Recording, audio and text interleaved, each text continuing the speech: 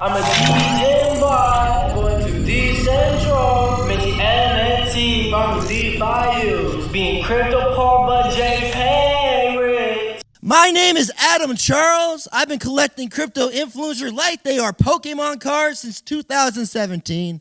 I now work for Viral Nation, which is the largest influencer marketing agency in the world. Some of my clients include Will Smith and Ariana Grande. But I do the Web3 department. That includes all the great guys you're going to see. Here's the thing about mass adoption. Anyone know anything about mass adoption? What do you know about mass adoption? Sure.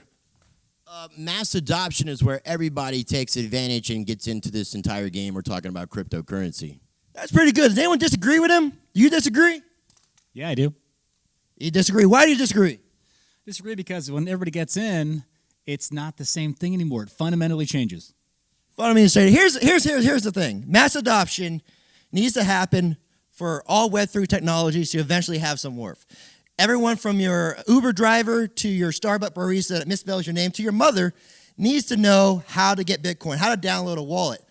And the crazy thing is, they go to YouTube to do it. And when I say that, because everyone in here is an insider, they're like, YouTube? Why would they go to YouTube? Because the alternative is Googling, how do I get Bitcoin? And then being harassed by terminology you don't understand, and then before you know it, you're reading a white paper. It looks like a trigonometry textbook, right?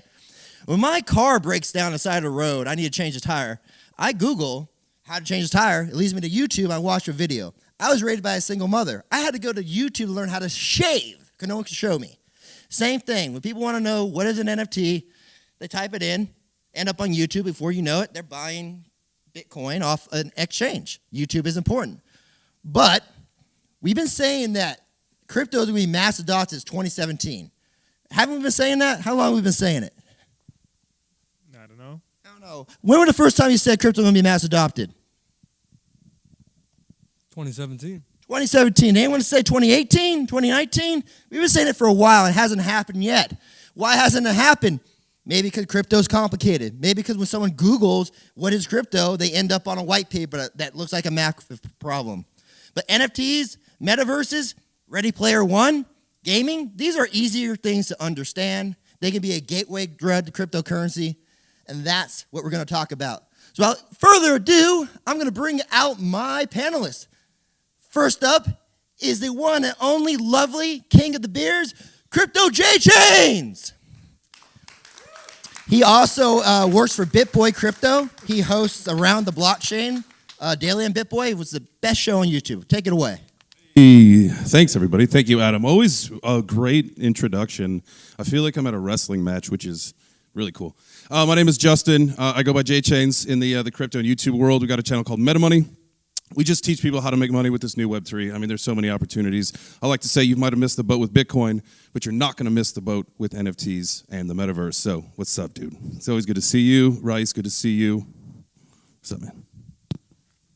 Look at that beard. I wish I could grow that. I tried. Thank you. Not working out. All right, next up is going to be the guy riding the bull right there with the shield fighting his part. Wait, no. It's the guy with the sword fighting the guy with the bull. Nick Dye, Debate Crypto. Come on up here. I couldn't tell which one was you. You're the bear. Which one's me? Why are you riding the bear and not the bull? Listen, I'm feeling slighted because you just said this is the beard man. I'm feeling a little hurt. Okay. Now I'm Nick Dye. I go by Crypto Keeper. Happy to be here. Looking forward to today. We have a show called Debate Crypto. We're on Monday through Saturday. On Saturday night, we focus specifically on influencer debates, and so we really dig in and dive into the questioning the narratives of what's happening in the crypto space. So come check us out, Debate Crypto on YouTube. Woo!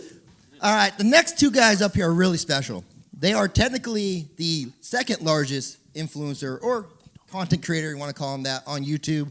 But when you take into account all their socials, they have an argument to be the number one influencer in all of crypto. They're also two very attractive Hollywood movie stars. Altcoin Daily, Austin, Aaron, Arnold, get up here.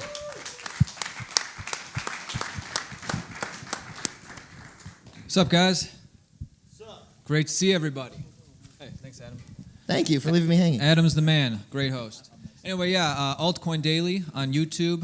We come at the market from every man's perspective, break down news, give our opinion, and we always thought if cryptocurrency is for everybody, surely we could figure it out and bring everybody along with us. Thank you guys for showing up today, being part of this conversation. Many more to come on Altcoin Daily. The reason you subscribe is because we cover the cryptocurrency news that the mainstream media won't, and other maybe financial or tech channels can't break it down as easily, and we cover it for the common person. So thank you. Woo! Woo! Yeah, let's make some noise. Look at that shirt. That shirt is loud. I love it. Adam, is somebody going to fly off the top ropes during this panel? Be quiet.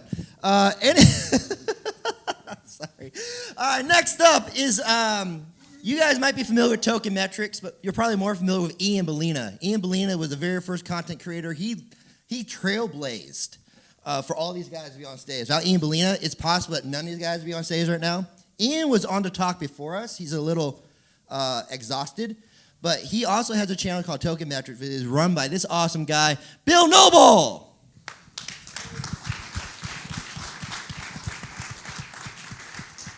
Hi, everybody. Thanks for coming. I work for Token Metrics, and I host something called the Market Update. What is that? Well, I tell you what's happening clearly, and then I try to tell you where it's going next. Okay? So, not investment advice, not the crystal ball. What's happening? What's happening? What's happening? Well, right now they're marking it down, right? Making it cheap. So all of these people in the audience can afford to get involved. And everybody watching on TV can afford a ticket to the show. So we do less news. We do a lot of complicated data. Even you, man. Even you. Even dad that's got a daughter going to medical school. So tune in for the market update. Thank you. Bill Noble, everyone. All right, the next guy is very interesting. He's actually a former NFL player. When you see this man, you're going to know he means business. MOONDADDY, get on up here. Yep. How's it going, everyone? MOONDADDY, a.k.a. Rameel Connor. I'm a co-founder of the MOONWALKER ecosystem. We consider ourselves different because we're full transparency. Also, I create content and crypto content. It's Crypto RC. Looking forward to talking to everyone.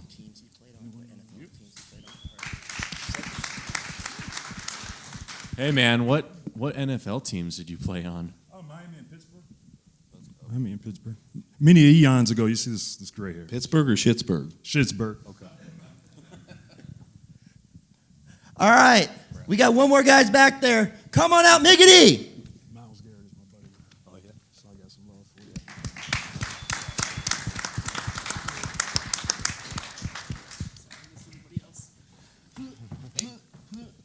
You have to say something, Miggy.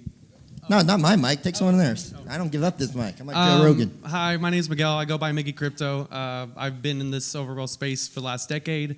Right now, I'm working with a group called the Metaverses Group, and what we are is a Web3 branding agency. I'm their lead community developer. So what that means is I help build communities. I engage with people and teach other projects, companies, and brands how to sell their product in this new space of a bunch of Web3 degens who don't want to do things the traditional way. So I'm that contact point for them, and what we do is help bring in people to the space, new and old, big or small. What are you holding in your hand? This is my Buffy Corn from ETH Denver. I got it in February, and I've been trolling ETH Denver ever since, bringing him to every conference. So he goes with me everywhere I go to all the crypto space. And he'll eventually have his own Twitter and his own Instagram, but he's my conference buddy. I couldn't find any real people to come with me, so he's the only one that didn't have That's a regular so sad, job. man. Come on. He's the only one that didn't have he didn't have a regular job and regular hours, so he's always free. All right, cool. Hey, that's everyone. Let's start the panel. I don't have a separate seat for him. You're going to have to hold him like a baby. All right, so I guess the first question I have is, what's the deal with mass adoption? When was the first time someone came up to you and said, hey, crypto's going to be mass adoption? Do you remember the first time you had your first conversation? J Chains, go. For me, it was 2017. Whoever in the crowd had said it when Adam asked, we were saying the same thing backstage, is 2017. And we've been saying this, I feel like now for years. It's, crypto's not going to be mass adopted until it's easy as swiping your credit card, because what's the point of making it harder, right? Well, that's what I think, and kind of what this whole panel is all about is, with the inception of blockchain gaming, with the metaverse, play to earn, all that stuff. Like it gets people into crypto, into blockchain, at a very easy barrier to entry, right? Like it sucks now. Like this Steppen app, it's the rewards on it have gone way down, but people have found out about crypto through being active, which I think this is a phenomenal thing for the space. Do the mechanics of the play to earn ecosystem have to get better? 100%. Like the longevity of some of these projects they're just going to die out because they have to work on that. But building these programs and these platforms and these ecosystems, it's all about getting normal people into the space without even realizing you just played a video game, right? Well, you just earned some money. Shit, that's awesome. Aaron, it looks like you have something to say. Well, I was just going to say, I mean, crypto has come a long way since 2017, let alone 2014 or 2009. We haven't made a lot of progress. Anybody agree? The Lightning Network crushed it. I would add on, guys, Austin of the Aaron Austin crew, Austin Aaron. But I would say that, and because mass adoption hasn't arrived yet, that's the opportunity, right? If we were already there, then there wouldn't be any risks, there wouldn't be opportunity to maybe find, where this space will be here 5, 10 years from now. So I like that it's taking, it doesn't happen overnight, and the market's working itself out in real time right now. And there's this concept, maybe one of you guys know the name of it, where humans tend to overestimate what's going to happen in the short term and then underestimate the effects in the long term. And I think that's where we are right now. Just like you could say in the middle of the 90s with the internet, why haven't we got mass adoption yet? But it came a long way since the 80s, and it just takes some time. The 80s were great. They wore pants like Miggy. Miggy, when was the first time you heard about mass adoption? Why do you think it hasn't happened yet? It's just Miggy, but I like Miggity. No, there was a guy called Miggity Miner. I like that was a YouTuber that used to hang that's out totally with us. cool. He got banned from YouTube, so it's hard to differentiate. I'm sorry. Shout out Miggity Miner wherever you are. Miggity, go. Well, for me, being in the space so long, there wasn't, we heard people talk about mass adoption, but there wasn't a really big push to it because there wasn't as many tools or platforms to utilize. So for me, this last year with the adoption of NFTs, that's where I've heard the word being used the most. Every NFT project, they're the project that's going to create mass adoption. But the only problem that I see is just there's not a lot of thought into what the infrastructure needs. But because we have the ease of NFTs for people to get involved and think that they're going to be the one creating mass adoption, shows that we're at least on the right track. Because the easier as it gets, as they were talking about, the more people will be able to use it. It's just for everybody talking about it now, most of them don't really understand that there is a long road of infrastructure necessary to be built so that way we can have mass adoption. So it is as easy as online banking. So it is as easy as using an app. And now that people are able to build in this space who are new or who are old, we're going to start seeing, I think, people start to realize the structure needed to get there. And so it's a good road to be on, but it's a long road for sure. And we're even seeing kids, to what you just said, we're even seeing kids, they're coming up playing these games like Roblox and Minecraft. This is what the metaverse is. They're able to build probably better than I couldn't build shit in any of these metaverses, right? But these little kids are doing a pretty good job of building their little worlds. What you got, Adam? Mickey, I really like your pants. Can I see them? Yes, I bought these from Rue 21, so I didn't make them. Someone NFT that, right? Yeah. There we go. I think that in regards to mass adoption, the institutions have been trying to press their way into the crypto space for a long time, and whether we like it or not, they're here.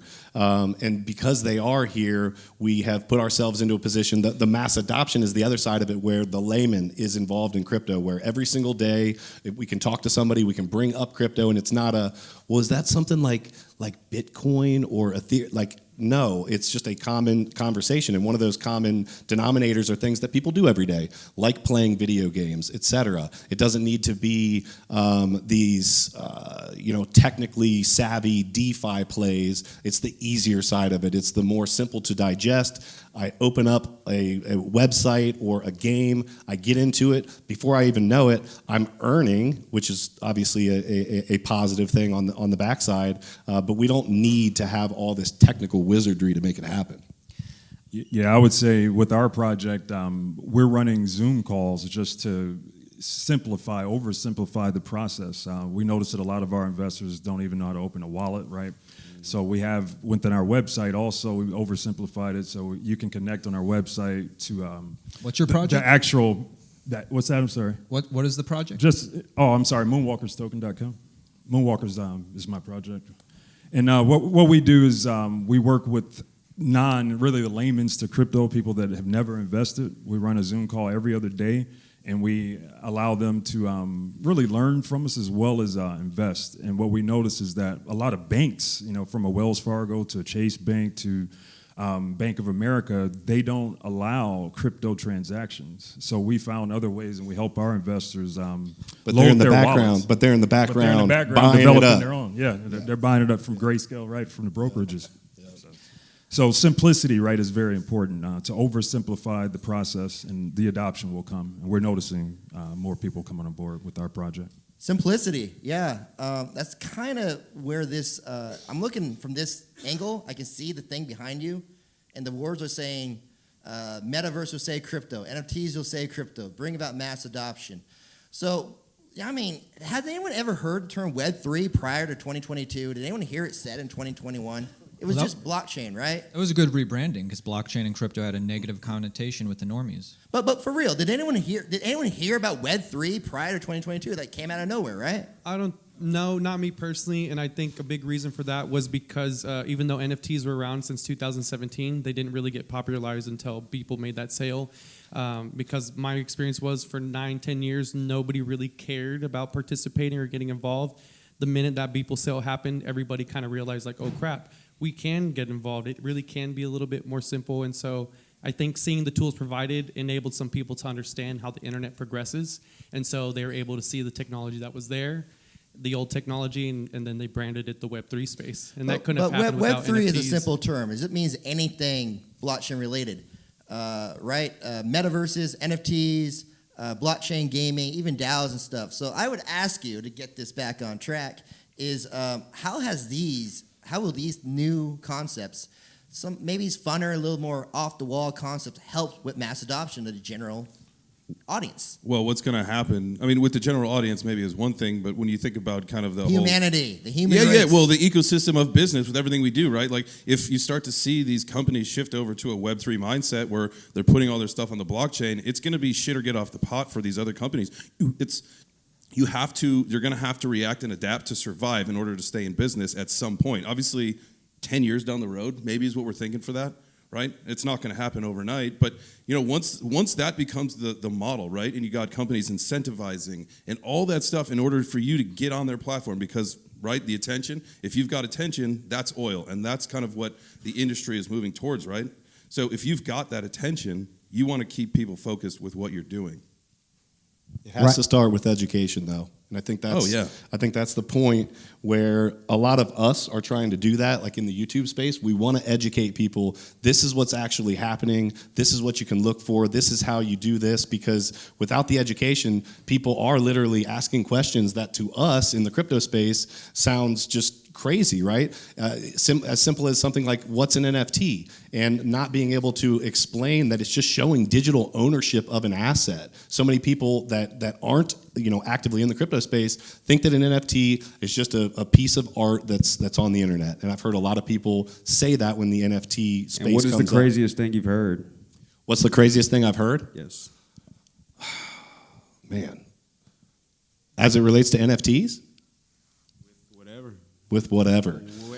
I guess to me it sounds crazy that people that not everybody is already looking at and been into crypto. That's my mindset. I've been in about 5.5 years or so, and to me, I feel like it's inundated, it's into my life, and I feel like when I walk around and I'm talking to people, I should be able to have that conversation, but I see it every single day. I was on the little bus on the way to the airport, and the guy was like, "Yeah, what do you do?" And I talked to him for a second about what I did, and he was like, "Oh, is that like that digital like weird cash thing?" And I'm like, yeah, we'll work on that. Here, let me give you my YouTube page. You can jump on there. But I think it's education. That's how it's done. like I was saying in my intro, when my tire breaks off on the side of the road, I need to change it. I go to YouTube to figure it out. Yeah. What do you think when someone wants Bitcoin? Where they go? You think they take the time to learn all the terminology so they can read some crummy article on Cointelegraph?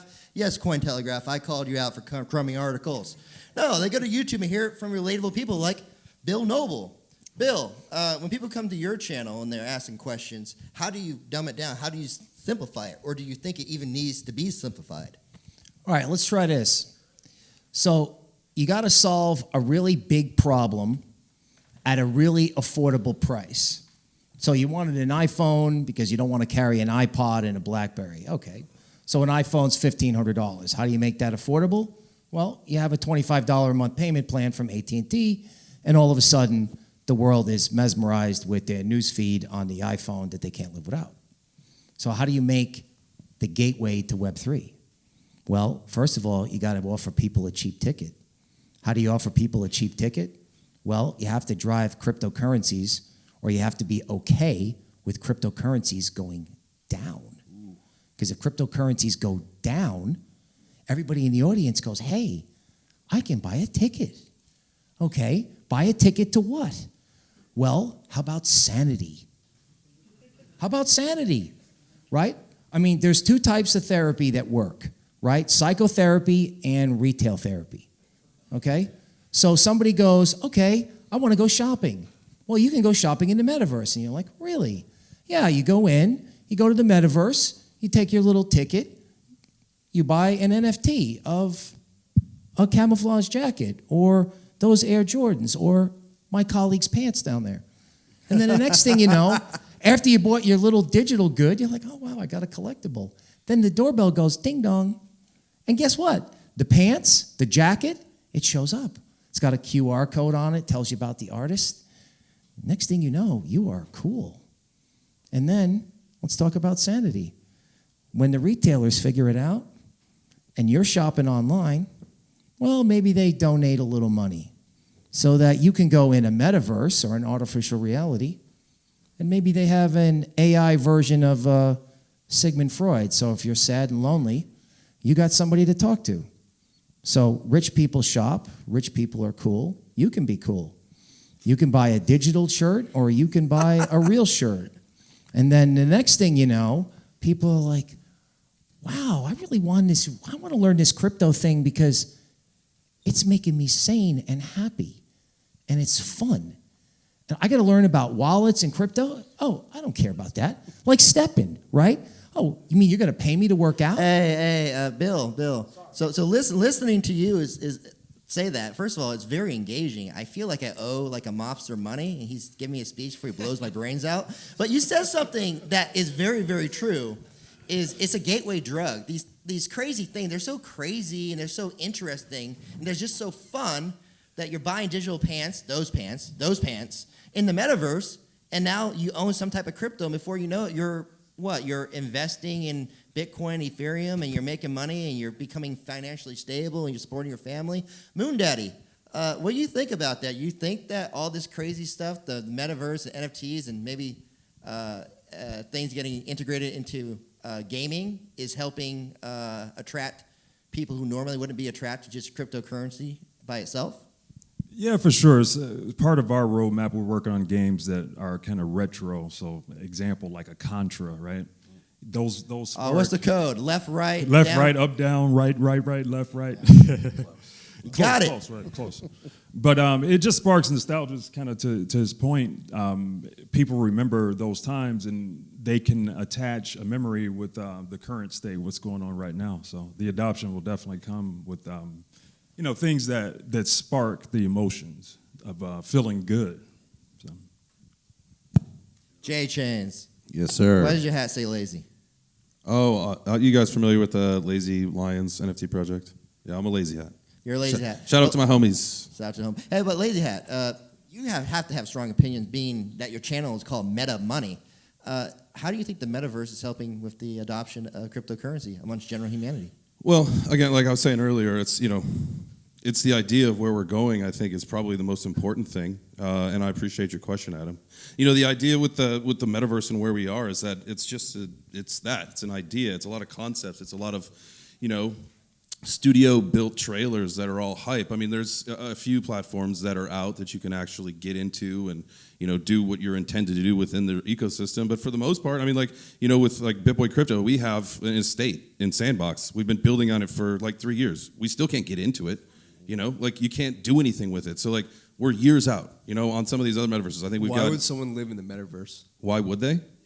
Well, that's a great question, man. I think it all depends on like who you are or what you do. Like, say you can't leave your house for whatever reason, and you get an opportunity to, work or get educated within an ecosystem. And I listened to a talk by Raul Paul say this was several months ago. He said you're already living in the metaverse, right? Like, when you're on a Zoom call, when you're on a FaceTime, like these are just digital re-representations of our voice and our face. So like we're kind of already there, right? So don't be afraid of it. So don't be afraid of living in the metaverse. Am I going to live in the metaverse? No. I'd rather give someone a hug in real life than over a computer, But for some people, it's going to be like how they need to feel accepted or welcomed or on an even level playing field with a lot of other people. So there's potential for it to really take off like Ready Player One. I think once we get to like that, where like you're in Nebraska, but you've boomed yourself right into that seat right there, and you're sitting in an auditorium, and you could shake hands with the person next to you. Like we're way off from where people could live there, but Austin, why would you live in the metaverse, or why would your audience want to live in the metaverse? I don't like to think of it as an either-or type thing. I think that the metaverse, as some of this panel has been alluding to, is just a natural extension of yourself, your digital extension of your brand, your life. So I don't think it's as much as, why would I choose to shop in the metaverse instead of shopping in real life or hang out with friends in the metaverse or in real life? I think that if you think the world is trending more digital, I'm not talking year to year, but over the next decade, next 20 years, if you think, the world's probably trending more digital, not less digital, then you're going to want an extension of yourself in that digital world. We're already half there with Zoom, with Instagram. A lot of kids growing up today, their sort of representation on Instagram is more important to them than their representation in real life. That's what they care about. And then blockchain and Web3, that's just the verifiability and digital ownership of that digital world. So I think it's more going to be like, since everybody is interacting, having social situations, whether it's work or with friends anyway, then this metaverse reality that we're sort of just already living in now, it's inevitable. I think we need to focus on, I might get crucified for saying this, but I think we need to focus on the real world right now. We've got some real problems going on if any of you have looked around. And I think that it's great that we have an alternative place where we can look and maybe have some fun, earn some extra income. I know people, when they were forced to stay home, figured out, hey, wait a minute, I don't need to go to work and I can make money from home. And I think that that has sparked actual problems now in the real world, because all these companies now are saying, well, we just don't have anybody to work. So it's every action has a reaction. And I feel like there's a lot of things in the real world right now that could really change. We have an NFT project called Danger Close Alpha, where we're trying to bring education to people about getting themselves prepared for whether it's a natural disaster, whether it's government tyranny, whatever it may be. And I don't know, I think too many people are so focused on getting their mind just in a total otherworldly place where that can be part of what you do, but not what we probably should be focusing on first and foremost. We've got some real issues to take care of. So when you talk about where you're living, are you living on Facebook or Instagram on your phone? Like, how much time are you spending on that? So what do you want to do? Do you want to look at your high school sweetheart on vacation with someone other than you on Facebook so you can feel bad about yourself? Oh, by the way, they designed it that way. Or do you want to go into Metaverse and hang out with your high school classmates, right? You don't have to live there, but where does your mind live? Does your mind live in, oh, I feel bad? Or does your mind live, hey, how you doing? You want to be my friend? And if you're not comfortable doing that in person, maybe you can do it in a metaverse in a way that doesn't put you in Zuckerberg's control. Can I just get a quick show of hands? If Bill just makes you like very calm when he talks, can you just raise your hand? Yeah. That's what I thought. Yeah, I feel very calm. Calmly uncomfortable. Do you think there are any users? Hey, this guy has the mic. We'll come to you later. Go ahead. Do you think there are users of the metaverse that aren't aware about cryptocurrency or don't care about cryptocurrency? Certainly, there are users. I mean, the metaverse is, obviously kind of this catch-all term like the cyberspace. And, if you're in Zoom or playing a video game, you're in the metaverse. But as time goes on, and, I think people will choose to, part of the promise of Web3 is instead of just read and write, you can own your items. And, as that develops, people are going to be more inclined to own their items rather than just pay money and actually don't own anything. And to the question of, why would somebody choose to do things in the metaverse? I just think we're so early with humanity in the digital age in general. I mean, YouTube only invented in 2005. It's not even 21 yet. Obviously... It can't drink. It can't drink yet. And it's just, as the world trends more digital, kids today, they have like 10 friends they can like bring to their house and show them their collection. But online, you can show your hundreds of friends your collection. People are going to opt into more online items more and more. Jay Chains, how many friends you got? None. MOONDADDY, how many friends you got? You got to have more than none. You got one or two. But I was going to say in an ad also the educational part, right? Kids can be in Saint-Tropez. They can travel outside of their neighborhood, right? It's educational applications as well, just traveling the world online with your friends, seeing things that you weren't exposed to. I think of inner city kids, I'm from Chicago originally. And most kids there, they don't leave the city of Chicago. But with this, with these applications in the future, they can travel all over the world and expand upon, their imagination and, have some things to be hopeful for. MOONDADDY, what is the future for Web3 security in an age where everyone's getting hacked now? Don't you think that would bring adoption quicker? The security aspect, bringing adoption quicker. Yeah, the more secure it is, the better, right? Something we're working on with our projects is to have ongoing vulnerability checks with a couple different security companies. So yeah, it's very important. Security is number one. Also, we educate people just in regards to not connecting to, a potential website, like they have a pinksale.com, right? We've had some of our investors connect to, just the simple education of things like that, right, is very important from elementary. The reality on security, I think, whether we like to admit this or not, the majority of people that get hacked, they didn't so much get hacked as they made a really stupid decision and clicked on something that they shouldn't have. We don't like to admit that, but that's just a fact. Something came up, I looked at it, it looked legit. I really thought I was going to make some money really fast, so I said, heck yeah, I'm on it. Let's connect my wallet there and let's go. Like for example, on OpenSea, you open up your hidden, your hidden NFTs, and you've got all these NFTs in your wallet, and it's enticing. It's like, oh, I didn't even know I had these. Where did these come from? Well, there's probably a good chance you shouldn't click on that because you're going to have issues. We had a member of our private group that just lost like 70 grand, and he did exactly that. And I was sick to my stomach. He called me. It was like 10 o'clock at night on a Sunday night. I'm laying in bed watching TV, and I took the call because I was like, you've got to be kidding me. This is awful. And I walked him through all the things he had done in the last week, trying to figure out what happened. Well, there it was. The magical NFTs that he received in his wallet just lost him about $70,000. So be freaking careful. Yeah, and I think with that, the biggest thing about cybersecurity is what is, an underlying theme is the education factor. I was recently at a technology summit, which were all corporate structured cybersecurity companies, data management companies who have existed in the Web2 space and have had lots of experience doing these types of things. And I was like the only degen nerd there who did crypto stuff. And so I went to every booth. There was like 45, 50 booths. Spoke to every single company there. And the first thing I asked them was their level of involvement with the blockchain and whether or not they were interested if they were not involved. And so here you can see where the big play in education is very under-supported, because a lot of them, the reasons, like the very few that were involved because they were hired by a crypto company.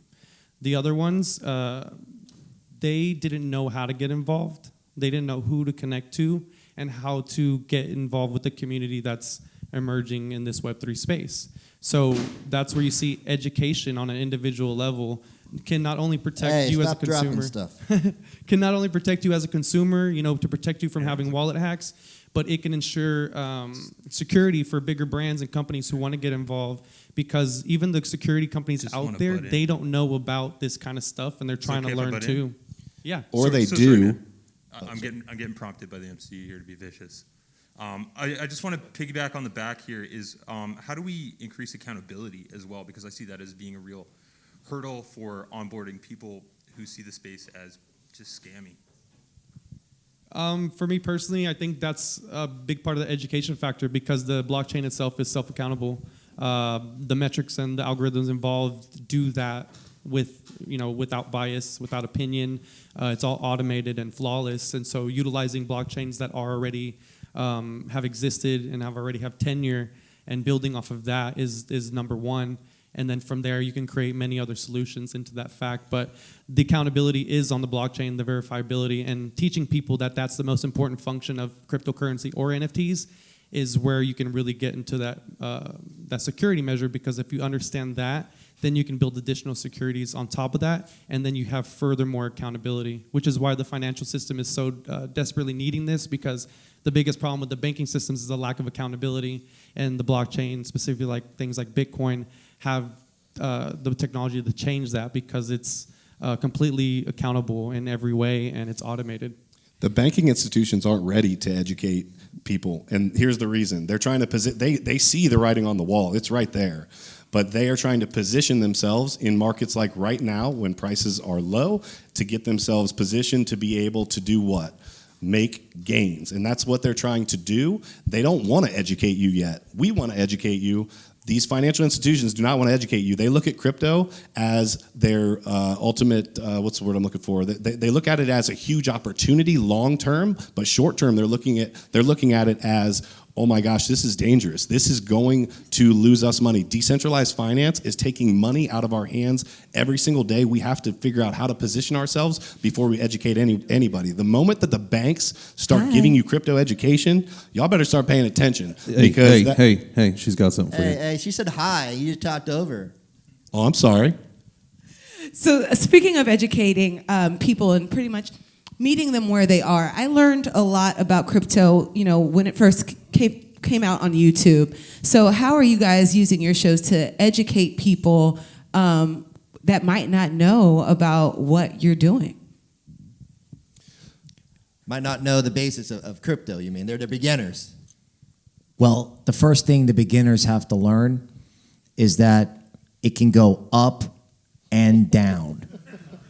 Seriously. Well, yeah, crypto Right. can, but that's the thing. Like crypto can, but like I think the whole basis of this conversation is not like with NFTs and with Metaverse and like getting into like these play to earn games. Like you can stop paying attention to the freaking price of Bitcoin and ETH and whatever, and you can just like get involved in the ecosystem, start building, creating, do something. Don't just sit there with it's not Blockfolio. What is it, FTX now? Don't just sit there and refresh your portfolio. That's the thing. Like, who cares about what the price is? Get involved and do something so that you don't have to worry about that. So when it is a shit market like we're in right now, you're building your stack so that when we are back, guess what? You're in a better position than you are today. Yeah. That's the whole thing. Don't worry about the price. Thank you. Woo! And don't invest what you need to pay your rent. Yeah. It's that simple. Right, but when it's going up, you can't tell people that. You have to pound them. You have to pound that into their minds that, hey, it can go up, and when it goes up, you take the money. Bill, I feel like I got a bullet in the Taking back of my profits? head. Oddly enough, my Uber driver told me that he invested in Doge and Shiba, and he lost all his money, and he can't pay his rent. I was trying to explain to him, those are meme coins, but that's all he knows, because TikTok took it to the moon. More mainstream influencer, Kim Kardashian, and so on. They started talking about it, and that was the first introduction a lot of the mainstream people had to crypto. They don't even know what Bitcoin is. They knew Doge, but it doesn't do anything. So, with mass adoption, you need an entry point. What do you think is the proper entry point? It ain't Doge. I think it's important to meet people where they're at, talking about how to educate the masses. Just talking to normal people in general, you become acutely aware. Yeah, a lot of people come in and just know about Doge. And I think obviously you start with why Bitcoin's valuable, how it started in the space. You move on to Ethereum and what it can do. And then I think you talk about to show them like social proof. Visa using Ethereum rails for stablecoin, or different people buying Bitcoin, and you really tailor it to the people and what they're interested in. To answer the young lady's question more directly and kind of touch on this one, what I do with the Meta Builders group is we provide a turnkey solution for brands, companies, individual artists to get involved with the space at any level that they want to. And so one of those things is I'm building a channel. It's starting on YouTube called Cryptic Crypto. And what I do is create content. It's either me walking through a platform or a project that I believe in or that I like, going through all the functions of what is necessary, how to get the wallet, how to get the crypto, how to buy the NFT, how to play the game, how to use the platform, how to log in, all these things. And just by creating this content, giving people at least an area to go to that is not subjective, non-biased, that it's literally this is what the project is and this is how you access it. And doing that for individual projects as well, because that's a very key thing when engaging in a community. I got a question, a serious one for you. Metaverse and regulation, that's what I really want to know about. We haven't talked about that much. What do you guys feel about that? What does that look like? Is it going to hinder us, help us? Govern me harder, Daddy. Oh my God. Woo! That's a deep one. Nobody wants regulation for the metaverse, Don't say anything. Don't get the FBI on your butts. Answer that question, Jay Chains. I'd say no way, man. Nobody wants regulation for the metaverse. I mean, like on the crypto side of it, yes, obviously because it's like price action and stuff, and if you're investing in a project, yeah, but I mean, we have to have it. We're seeing what's happening, and you're asking questions like, with the scams and the rug pulls and all that stuff. Like, it's until there's regulation, and unfortunately, did anybody go to Bitcoin 2022 this year? Have you gone in years past? It's no longer a movement, right? It's an industry. Right. It's an industry now. It's that big. So we need regulation in this industry so that people don't get robbed, so that people don't lose everything that they've got because they're putting everything into it. That's the goal. That sounds good, but we've proven that we can't regulate ourselves. We can't do that. But you can regulate. You can regulate, but who polices the metaverse? You got a metaverse house. How do you prevent somebody from breaking in or there you go? That's what stealing your fungible that's what token? I'm wondering, what does that look like? How do we regulate that? Well, it's like isn't it like a sci-fi movie where there's got to be a digital cop, or there's got to be too much blood. or there's got to be civilians who help police themselves, like a neighborhood watch that's not a bunch of weirdos. It's people who believe in crypto. Not a bunch of weirdos like this, but still weirdos who believe in crypto, like this. So I guess we're weirdos. Hey, that's awesome. Does anyone have any closing statements before I do my wrap-up? And everyone here knows what it is, except for this guy, so you get a surprise. He goes first. I think to kind of touch up on his question too, and like wrap 30 this up, seconds, brother. I think the biggest thing we'll see in regulation is more adoption and use of this technology, so that way we can govern more systems ourselves through like DAOs and systematic structures, so that way we can work with industries who regulate, but also work with communities to help police that regulation and work for everybody. Get educated, get educated, get educated. It solves all these problems. Woo! Yeah, hey! Love it. What's your name again? Miggy Crypto. Not a Miggy T. Crypto. Hey, No I just T. met Miggy Crypto today. He's not usually one of my guys, but hey, you got a lot of good things to say. So this is how we do our wrap-ups all the time. You're going to love this. Starts with you. We're going to turn to the left and say something nice about the guy to your left. Go ahead. Man, you definitely got a lot going on and you know a lot. I appreciate your ability to educate and onboard people, because we need more people like that. That's very kind of you. I appreciate you, Miggy. Thank you. Moonwalkers. Hey, Chi-Town, what's up? I'm from there as well. I noticed the red and black. I love your perspective. I love that you did something professionally in the athletic world, in your previous life, but you're here, so that means you've got a platform, you've got a voice, you've got an audience, and you're using it, hopefully wisely to benefit the space and to benefit the people that are getting in. So good on you. Much appreciated, my brother. Young man, I'm jealous of your beard.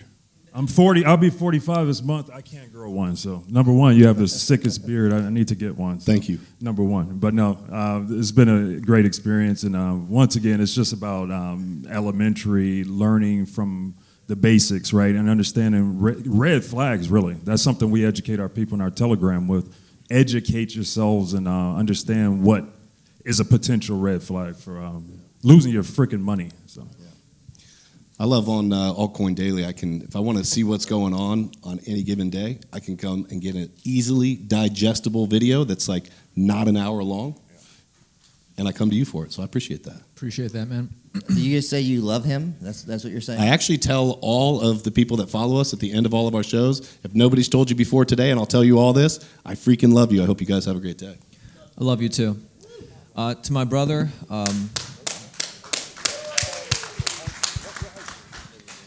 you're a great teammate, great YouTube channel. You meet people where they're at in the space, and I think that's why you've been so successful. And keep going. I love you too. I love you. There's a lot of love here. Does anyone else want to say they love somebody? I love you, J Chains. I love Miggy. I just met you, so it might not be love yet. It's appreciation, but everyone else I love.